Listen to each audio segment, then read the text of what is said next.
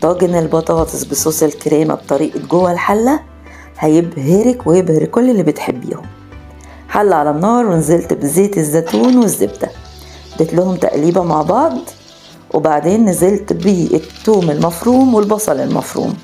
هنقلبه لحد ما يصفر، وبعد كده على طول بعد ما اصفر هنزل بيه الدقيق. حطيت 3 معالق من الدقيق وقلبتهم على طول مع البصل والثوم المفروم، وفورا نزلت بمرقة الدجاج.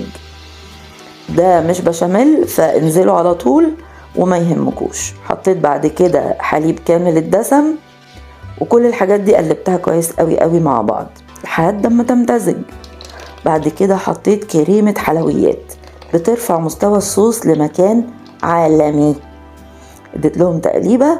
نزلت بالتوابل اللي بتميز بقى الطاجن ده، وهتلاقوا كل حاجة عندكم في الوصف. حطيت جبنة بارميجانو وجبنة موتزاريلا، واديني بقى في الجو الإيطالي، وقلبت كل ده لحد ما ساح وداب. تعالوا بقى مع بعض نقشر البطاطس.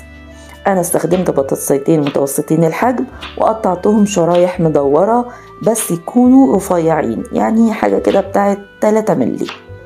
التقطيعة الرفيعة اللي انتوا شايفينها دي اهميتها انها بتخلي التسوية ممتازة.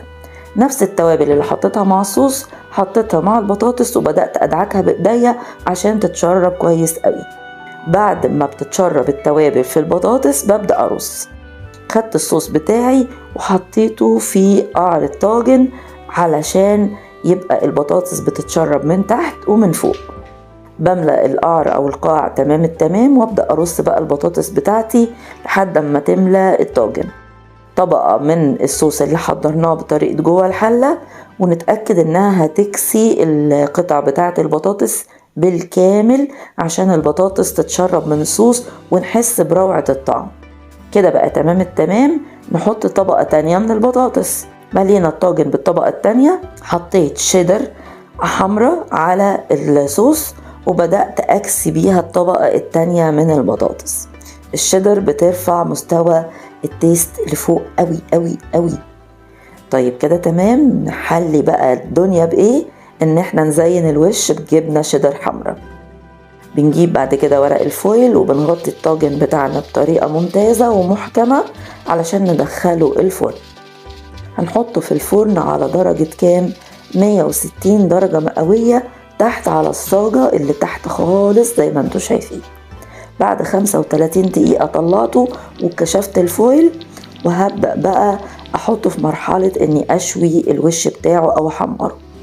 انا اديت له جزء تحمير في شواية الفرن، والجزء التاني من التحمير هعمله بمسدس التحمير. يلا معايا هوب.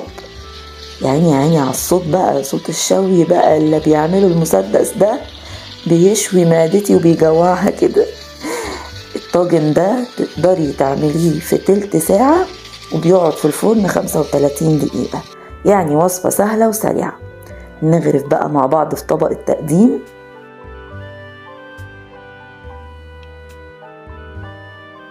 حطيناه ناكله بالهنا وبالسعادة مع اللي بنحبهم. مش قادرة اقول لكم، خد ريفيوز رهيبة الروعة من كل قرايبي لان ده اتقدم في عزومة. بزين كل ده بالبقدونس، ويلا ناكل من جوه الحلة.